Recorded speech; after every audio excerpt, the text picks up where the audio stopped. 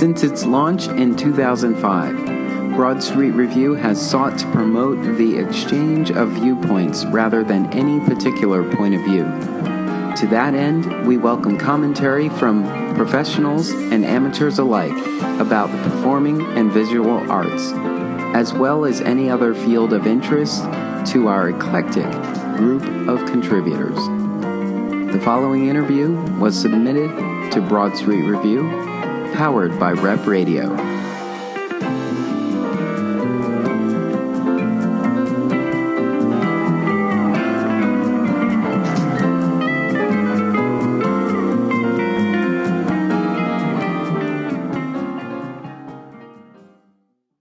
Welcome to Rep Radio. I'm your host, Darnell Radford, and today I'm in Rep Radio's Studio C on this summer day. It's unreasonably humid outside, but it's beautiful at the same time.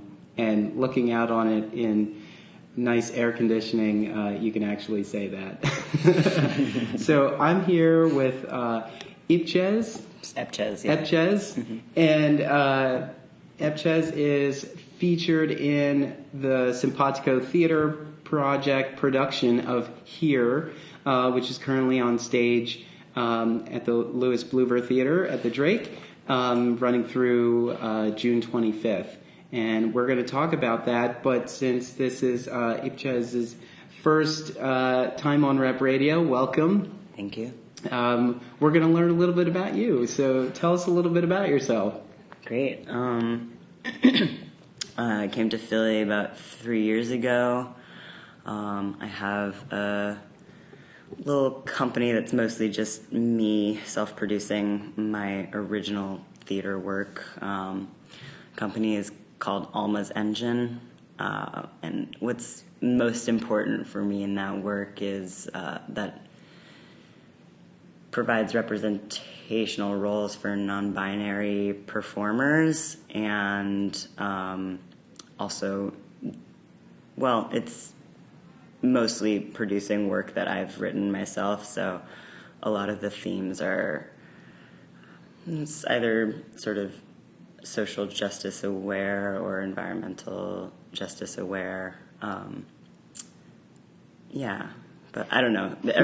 So far, everything has been really different. So, and I produce both theater and music through that outfit. Cool. So, what inspires you to create that work? I can't help myself. Well,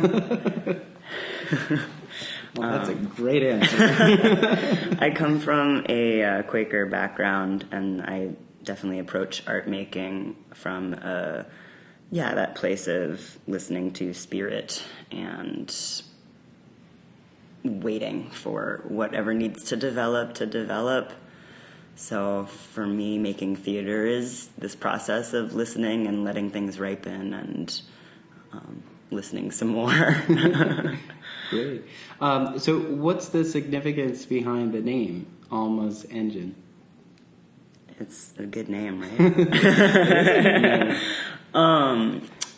It actually was my dead name, and so it was always a little too heavy to actually be like the thing that people called me, and for me to feel comfortable being called Alma. Never call me that. But I do. I'm Latino. I'm Cuban.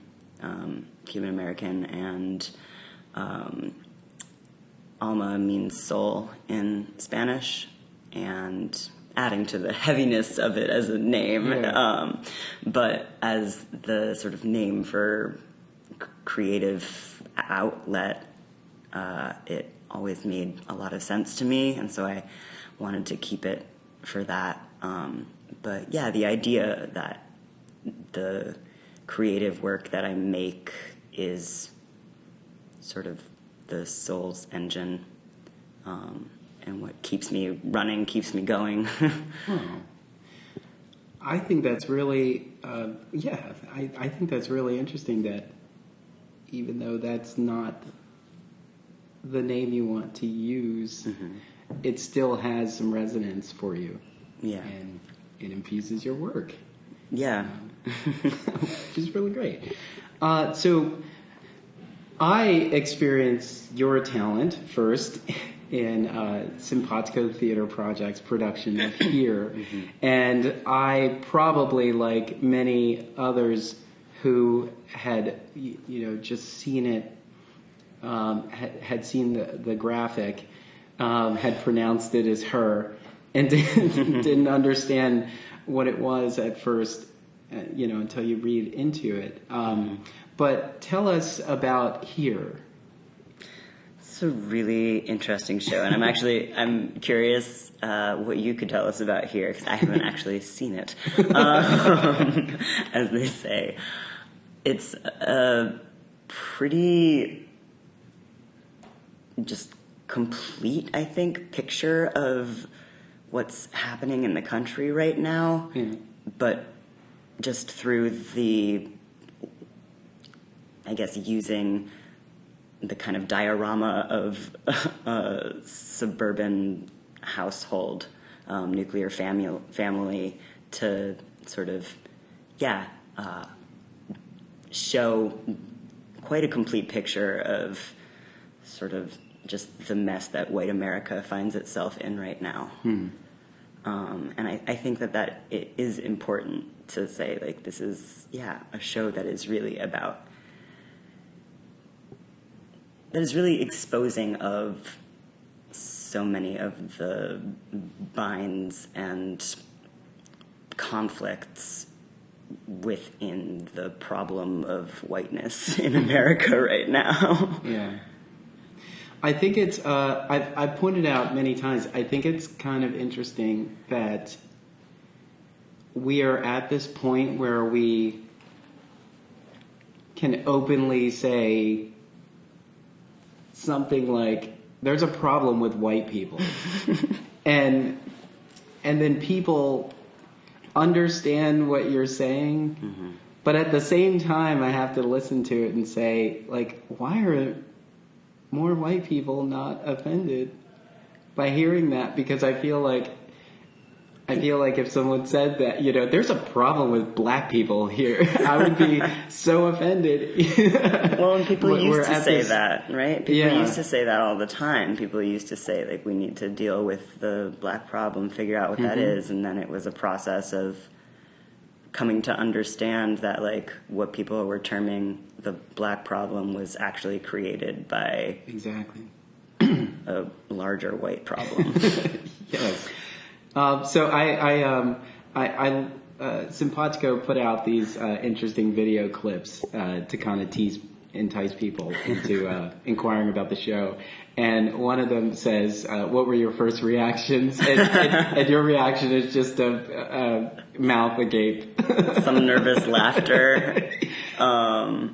Have you processed from there anything else about your overall first reaction?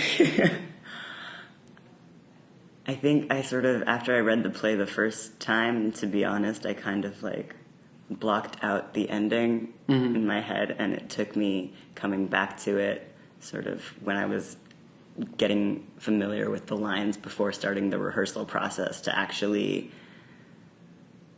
figure out what it was. And I think it wasn't actually till we were in the room that the fullness of the story and the twists and turns of it really hit me, or if started to actually be able to engage with what the show means, or actually my impressions of it. That actually just reading it through, I don't think I was able to get a full picture of what this show is. So you asked, you'd be interested to know what I thought of the show. I'm sitting down with my friend Joey, who's I like to call him a reluctant activist, because he can't help but be involved and be aware and be present. When I go to tons of shows throughout the year, and I said, I think this is one I would love to go to with you, because I think we can have a really great conversation around it. And we're sitting in the audience waiting for the show to start, and I'm looking around and I'm saying, I said, this is kind of like the set of Married with Children.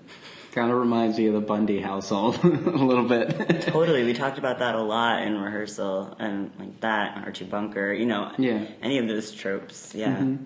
And we immediately noticed that everything's just sort of out of, traditionally out of place. Mm-hmm. Like we've got books in cabinets in the kitchen, the kitchen furniture is in the living room, mm-hmm. and vice versa. There are clothes everywhere, and it seems like a place in disarray.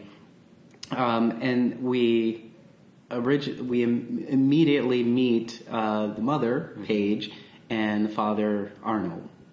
And the way the story plays out, because they are the first people we meet, I think psychologically we are conditioned to side with Arnold. Really? And, thinking that Arnold is in a situation where he needs to be taken care of, mm-hmm. but it appears that there is a little bit of resistance to that. Right. I'm talking around it so I don't give it away.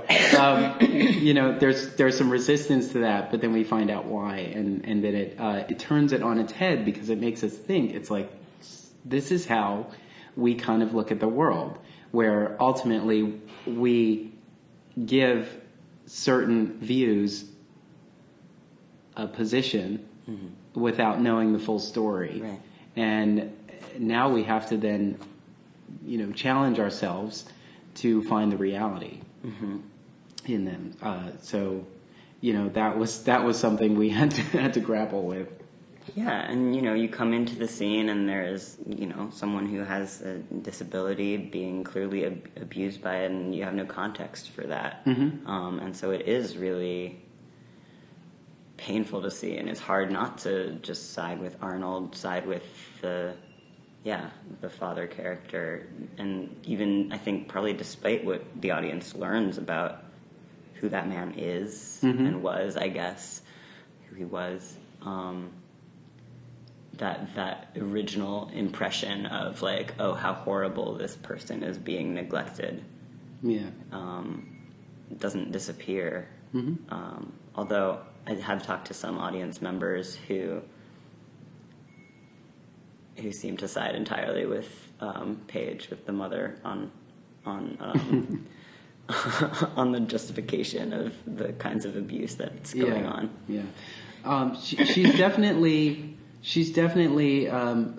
fun to watch because she has this energy, she has this awareness that is very clear that she did not have throughout her whole life.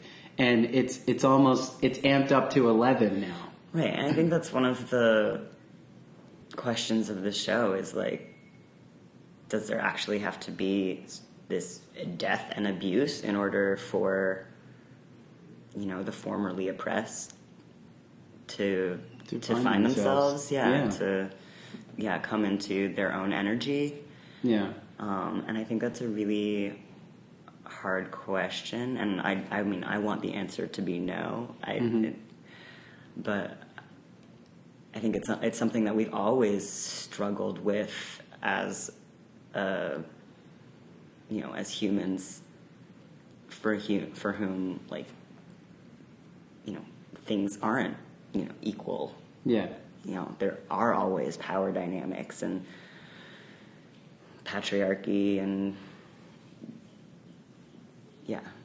just wealth distribution, and it's just it's never been even, and so how can we move forward without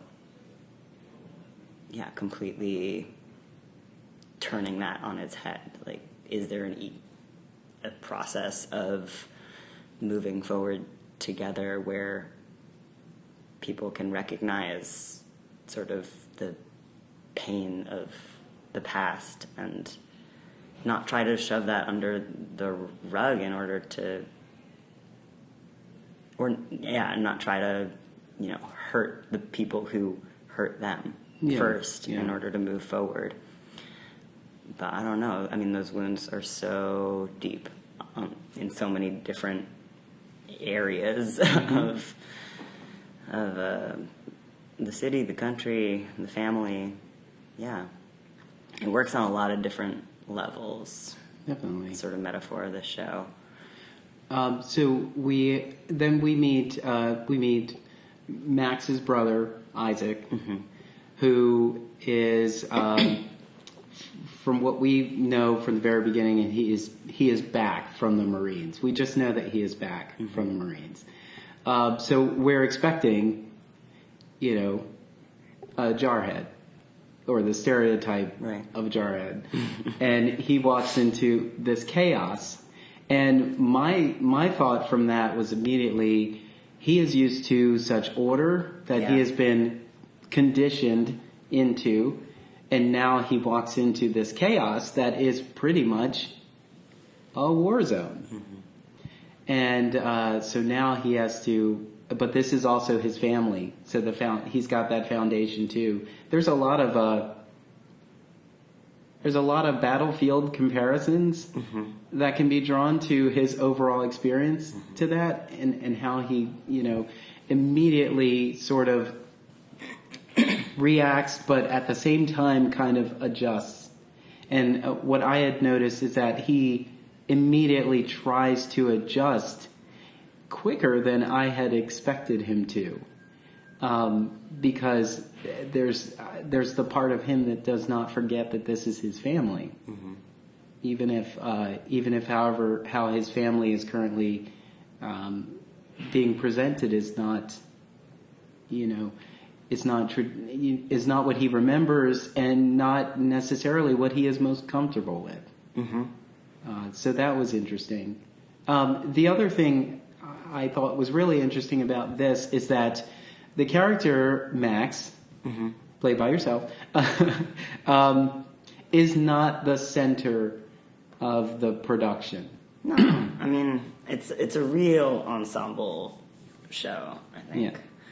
And so lucky the cast that we have is so amazing and works together so well. And I definitely feel like this little nuclear family has totally been created amongst us, and we're much less dysfunctional off stage. Yeah.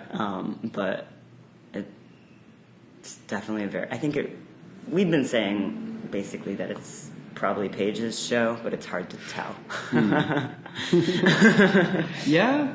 I mean, it is interesting because everybody has, for the most part, a very clear journey, and it seems like it seems like the story could have, if the story left the house, it could have followed any one of them, and it could have been their story. Right. I've been saying that it sets up all these really painful sequels of, Isaac trying to forge, find his space, new way, in the world that has no use for him, and Max going to the commune and being utterly disappointed by. It's not as glamorous as it sounds. I mean, no. Yeah, my friend and I, has mentioned a fairy commune, and we just had to laugh because we've heard that conversation before, and we're, we have friends in the fairy community. Same, yeah. And so we know about. We've always been on the outskirts of the fairy community, which is very welcoming. Anyway, but. It is a world that's kind of like this super awesome vacation that is only super awesome because it has an end date.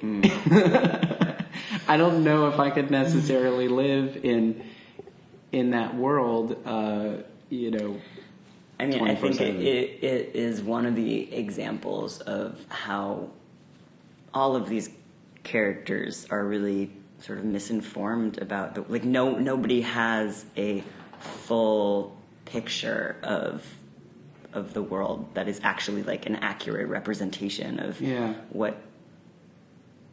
how the world is. Everyone is sort of seeing their own future that could never actually be possible. And in Max's case, also trying to see a past that was not possible for, all of the non-binary people and trans people who came before, who were ignored and erased, and how to reckon with that. There's a lot of sort of wishful interpretation of the past that I think is important for. It's an important thought experiment for especially queer kids to be able to go on those journeys of, how could I have forged a life in the past? And I always sort of joke that, like, if I'd been born in any other time, I would, be locked in the asylum pretty quickly. But it's only a joke because because I happen to be alive now. Yeah. And I think that is just really hard, especially for out non-binary people to reckon with. Like, how can my life and existence be so real and true, and for this kind of being out to have been completely impossible in basically any other time, in basically any other culture, with a few important exceptions. Yes, definitely. So the last time I checked, the acronym was LGBTQIAA. I don't keep track. And now it's ligament squeal. Well, I think that speaks to the same point of, like, misinformation, and in a world with, or just like in a world where there is so much information on the internet, and there is so much information that contradicts or presents alternative, maybe some alternative facts, but also just some alternative narratives. Because, to be perfectly honest, like, our reality is shaped by narratives as much as it is shaped by facts. Yes. And so we do live in a world where people can pick and choose what narratives they live with. Yeah. And I think that is at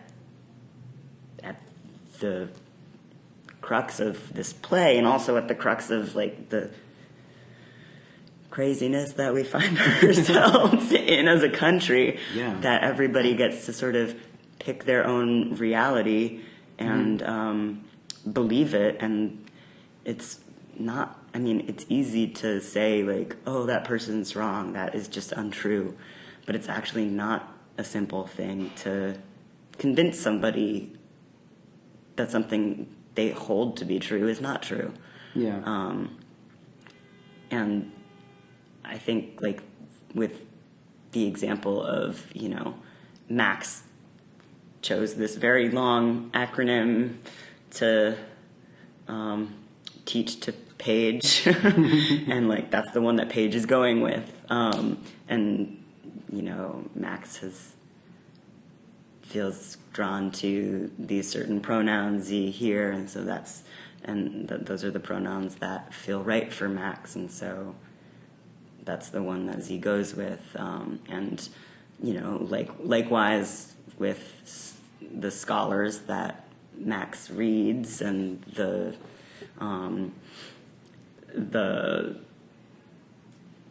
transgender identity within the animal kingdom facts that Max latches onto. There's a lot of latching onto things. And same for Isaac, narratives about disrespect of the body, and the importance of his work as a mortuary affairs officer, going in and picking up body parts after a battle,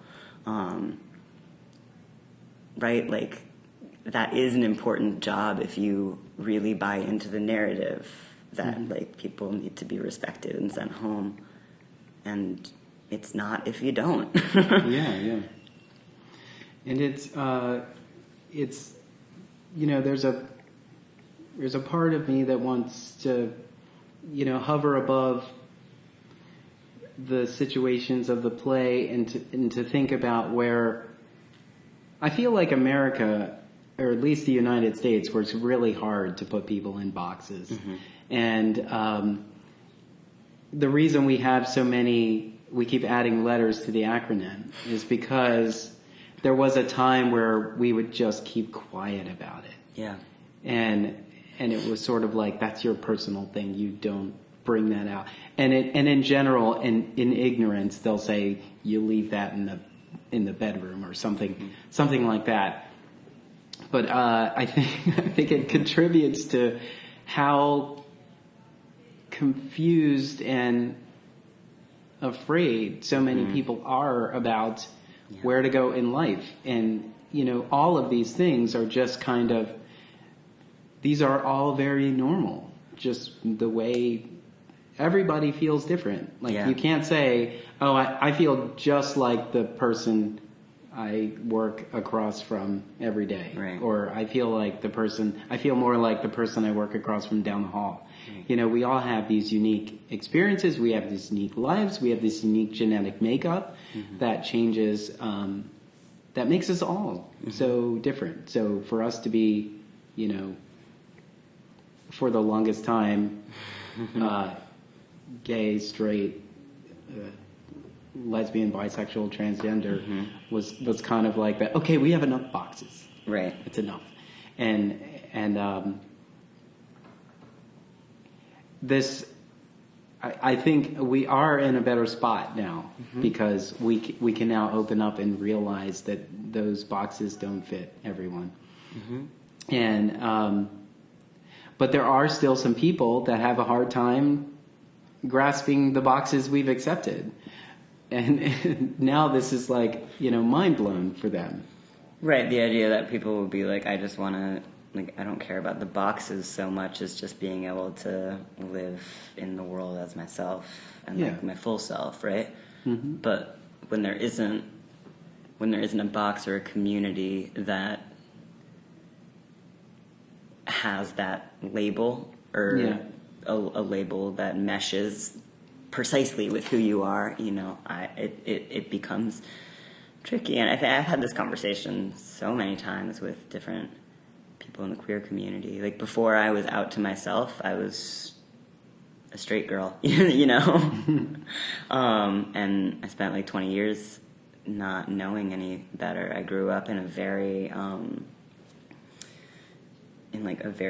culturally queer area in Northampton, Massachusetts, Amherst, Massachusetts, and a lot of the adult role models I had growing up were lesbian, both in like my Quaker meeting and my parents' colleagues, and that was sort of just a norm of adulthood, that you were a woman attracted to women. And so I like, it was very jarring to me when I figured out that I really only liked boys, you know, like what does that mean? How could that possibly be true? I don't have anything, like, because I sort of assumed that sexuality wasn't just about who you are, but also about like how you're raised and stuff. I do think that being raised sort of in a way that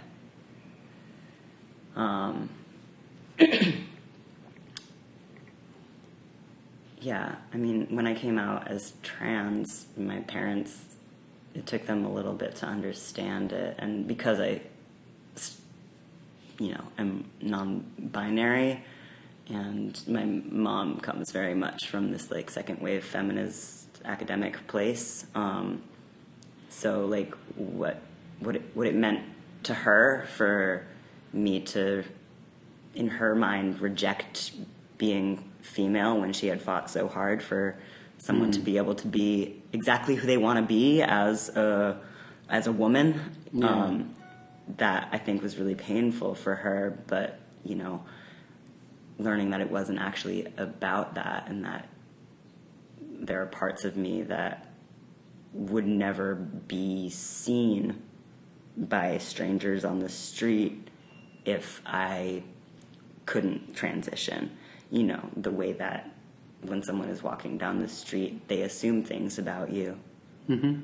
If someone on the street saw me and just thought I was, you know, female, nothing complicated about it at all, it started to feel like I was lying to everybody, like it was this like big misrepresentation of myself. And so just in order to feel authentic in the world, and like I, you know, in a lot of ways it felt like just by walking down the street I was creating this world of secrets.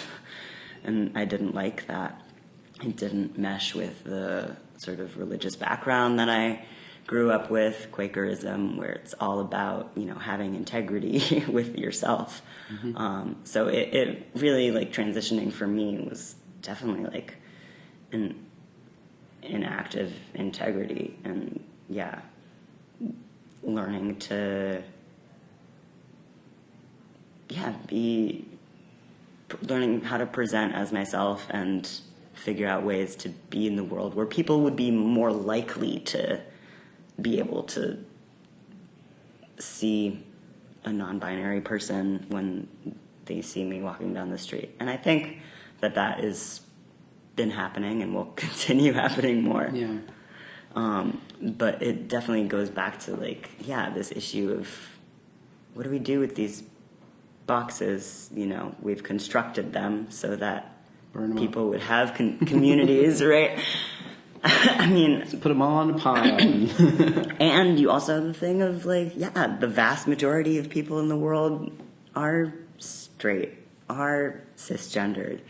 And so anytime you have a small minority of people asking for basic things that... like acknowledgement. Just acknowledgement, you know, not to be erased. Yeah, I mean, I think about this, like, I self-produced a show last May that has a character who's played by two actors, and generally it's played by two trans actors. Hopefully I try to cast it as two non-binary actors, one who is assigned male at birth and one who's assigned female at birth, but also like two trans actors, but coming from opposite directions. Mm-hmm. And like all the reviews and stuff just sort of ignored that part of it. And sometimes it feels like it's this, you know, you can't win. If they focus on it too much, it's not great. If they don't say anything about it, it's not great. I ended up having a, meeting with the reviewer to try and, just after it had already come out, to just like help him figure out how to cover productions and events that have trans folks who are involved in them, and how to walk that line. And I think it is funny to me how hard it is to do that, and I don't think we do any favors to ourselves as, I don't think I do myself any favors by, getting upset with reviewers for using the wrong pronouns and things, but it is annoying and hurtful. Mm-hmm.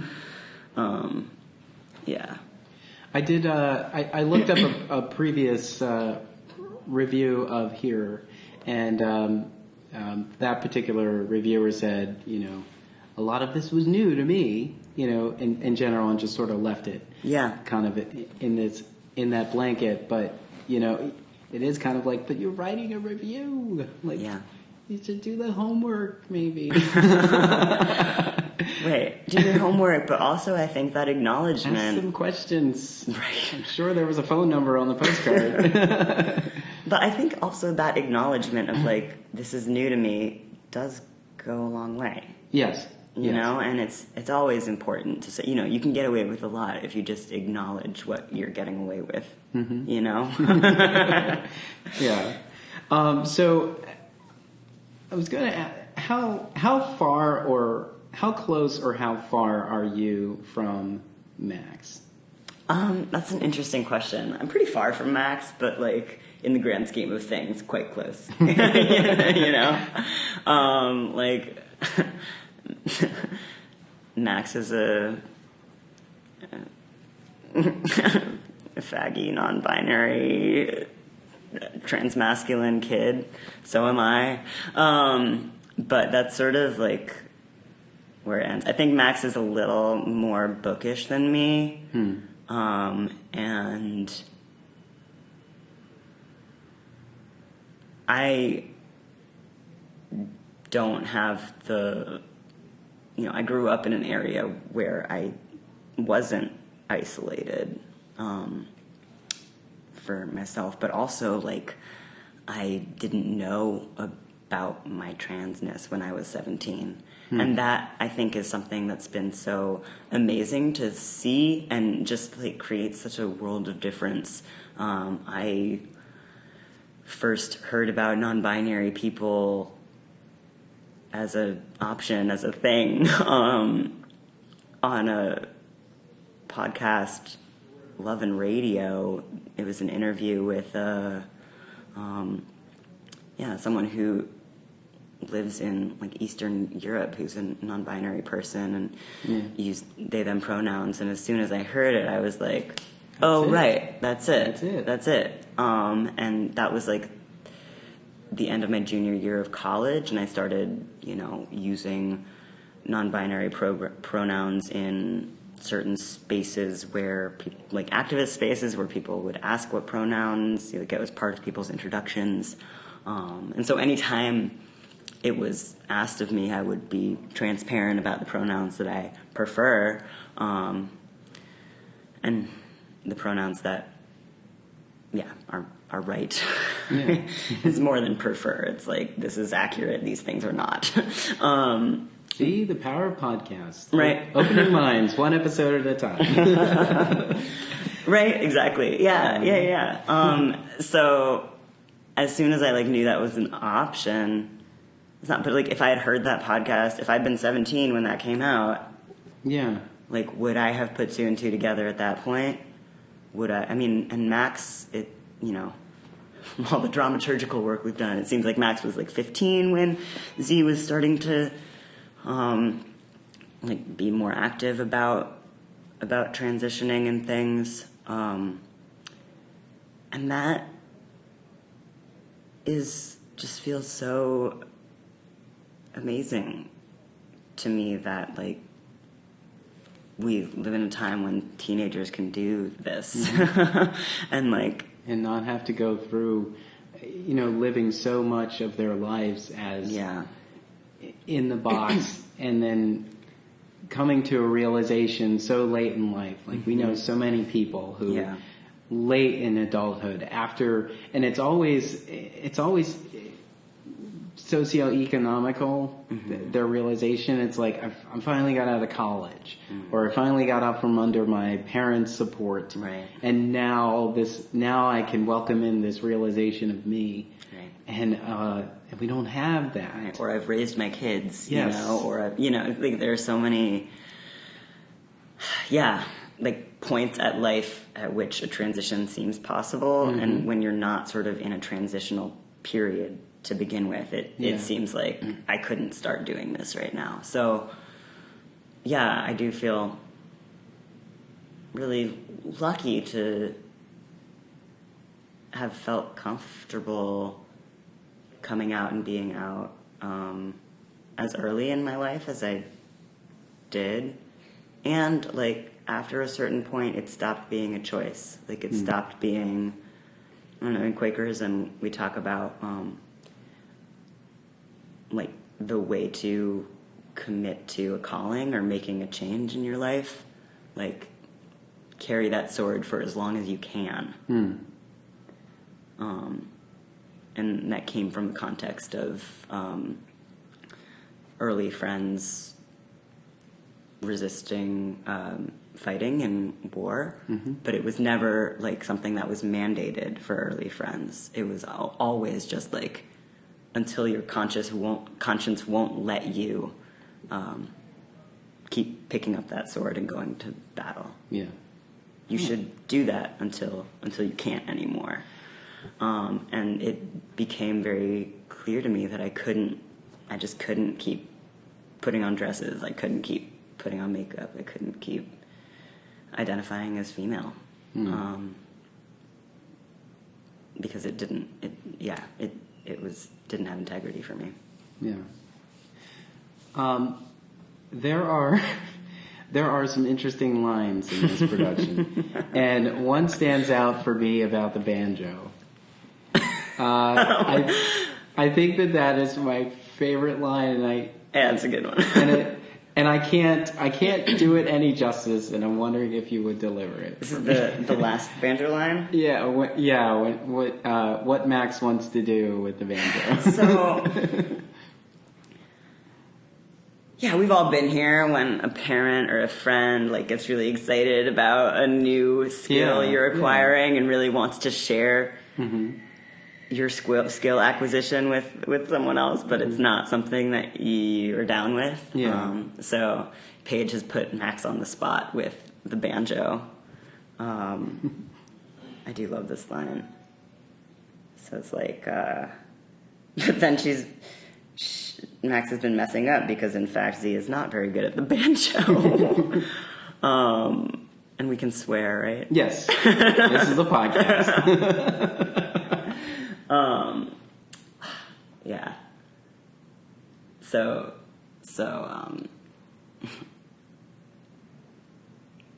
Max has basically just said, like, I don't feel sorry for this string. I wanna fuck it.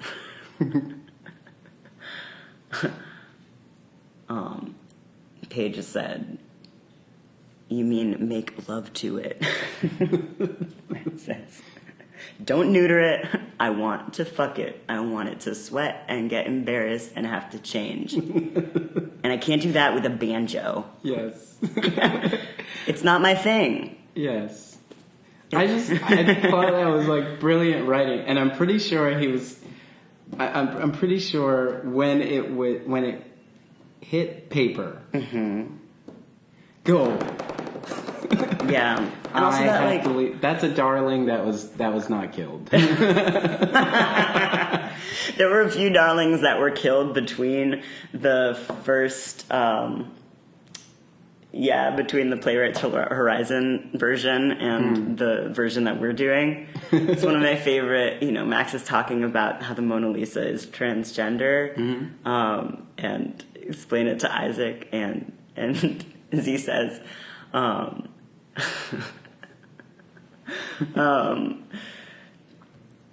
and that's why Z's smiling, because nobody knows the Mona Lisa has a dick.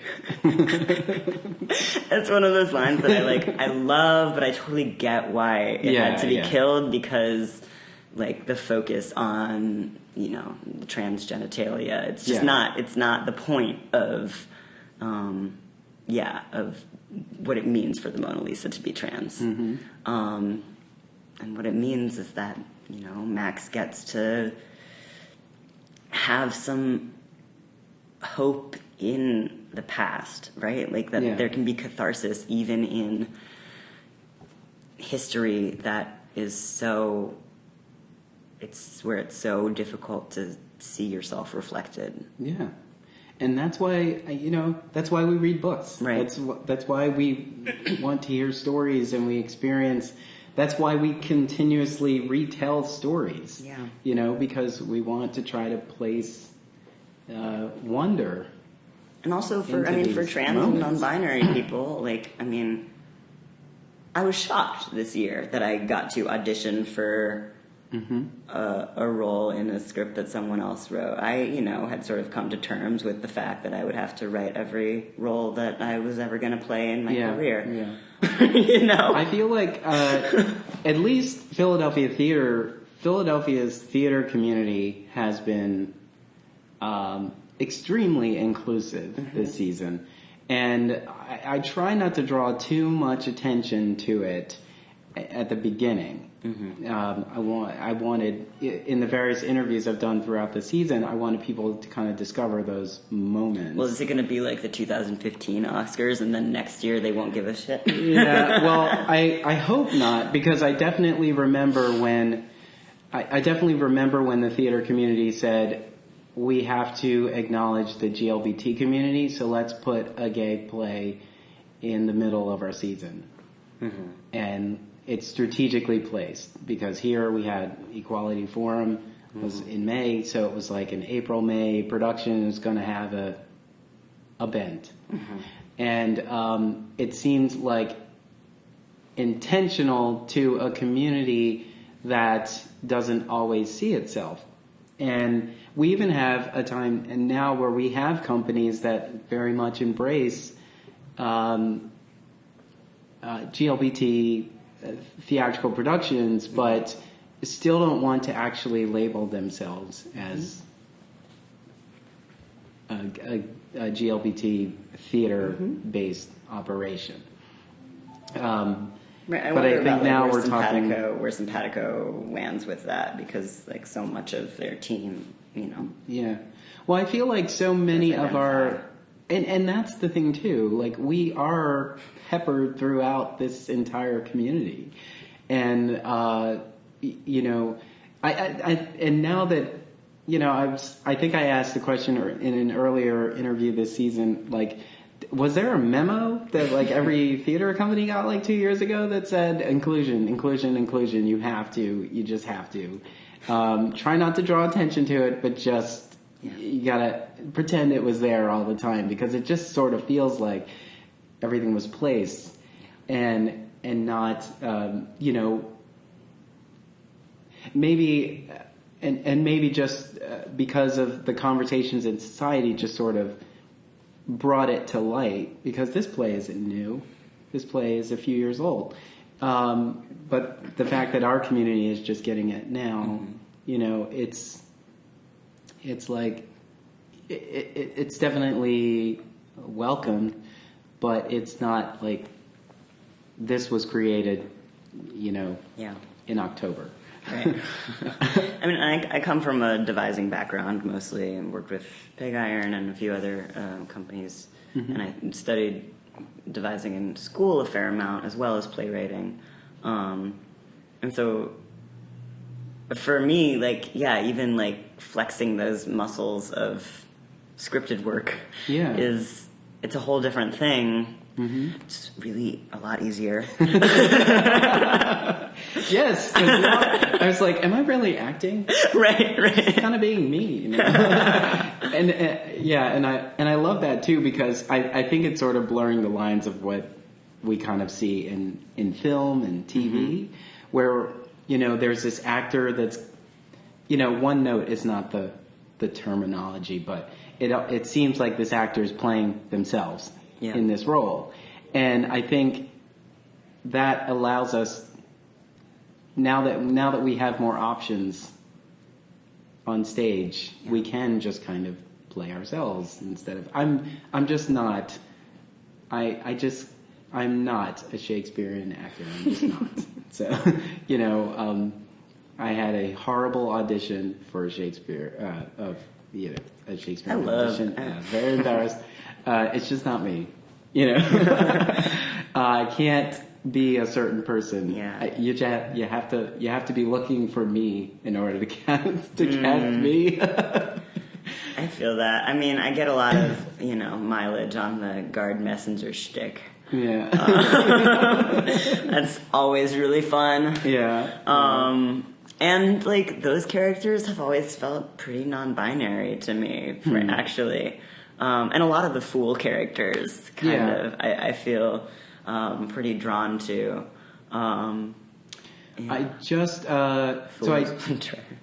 it's not about gender non-binary, but I had just watched Beauty and the Beast last night, and there's this moment where you know, the armoire is played by Audra McDonald.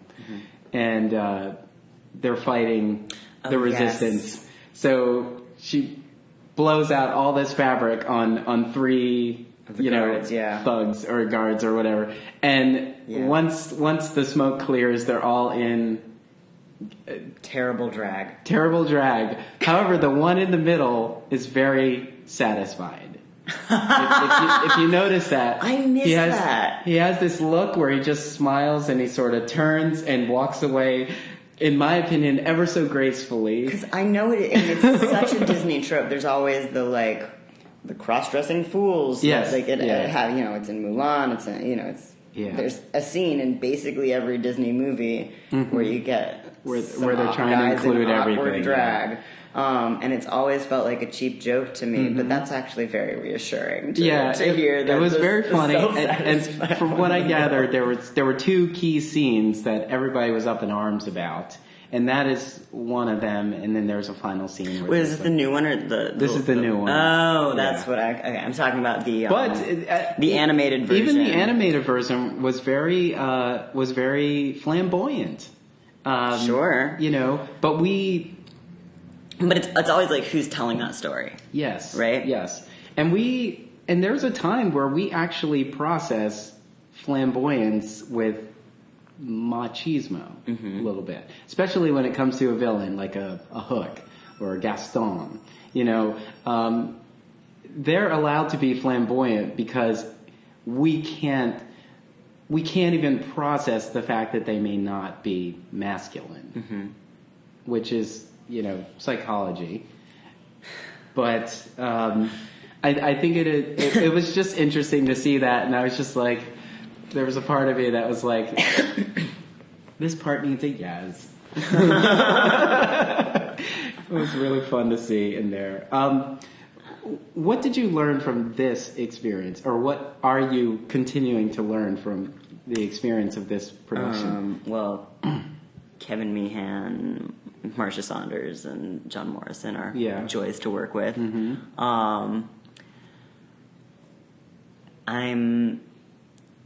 This is one of the first longer runs that I've been a part of, especially with most of the devised work that I do. It's 1 or 2 weekends tops.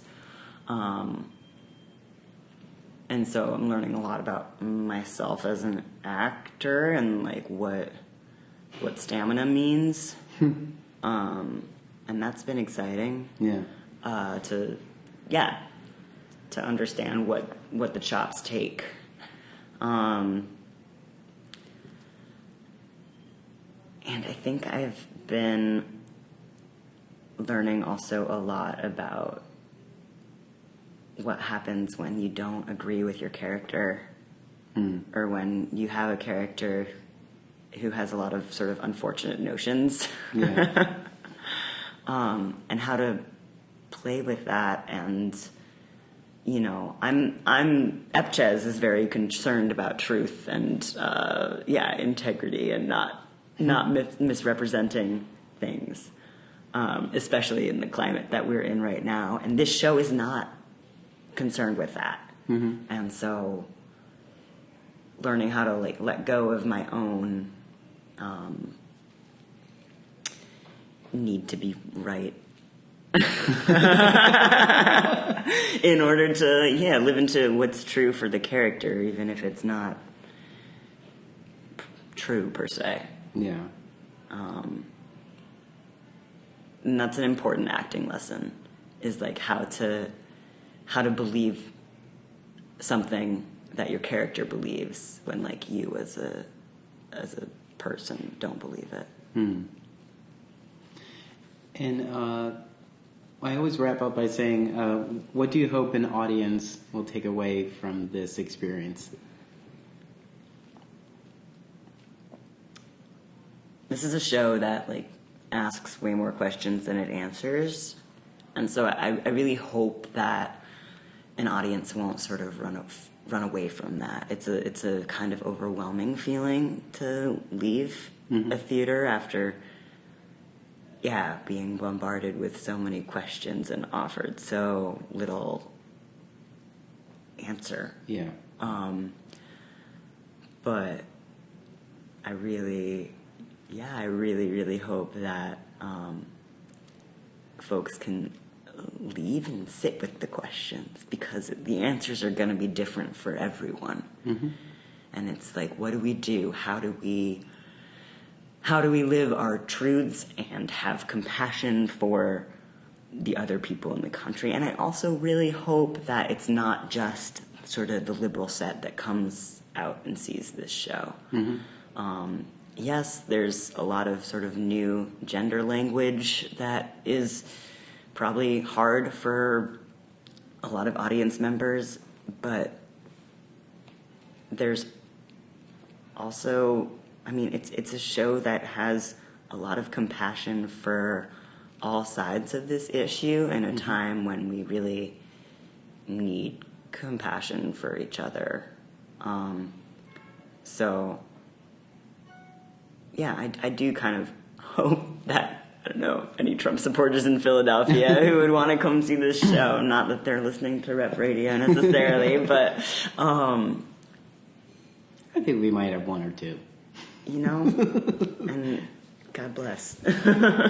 I just want us all to get along. No, that sounds... I just want us all to live in the Drake. I think everything that happens at the Drake has been amazing this year. I don't think I've walked out of those two spaces disappointed. I have not. Mm-hmm. And I even said to Seth before, I was like, I think the Drake theaters add a percentage of something to every production I've seen here. I mean, it's something so... about the space. It's like mm-hmm. when you create a space that you can truly make your own, mm-hmm. and that's what they thought of when they created those two stages. Yeah, and I really so versatile. Best bathrooms in the city. Yes, best bathrooms. I know it sounds so funny to actually say that, but I said that too. And I was like, I remember some fancy restaurants who were doing. They weren't calling them all gender restrooms, but they had restrooms like that where they just have a bunch of doors and a communal sink. And there are quite a few in the city like mm-hmm. this. So, but there are many organizations, cultural institutions that are actually rethinking mm-hmm. how they provide those services. And I think that they're all going to be taking a cue from this successful space. Right. So, the production is HIR. It is written by Taylor Mack. It is directed by Jared Markman. It is presented by Simpatico Theatre Project. It is on stage through the 25th. You can get your tickets at Simpatico Theatre, and that's theatrere.org. And Eppchez, it's been a pleasure Can I plug a little Alma? Yes, please.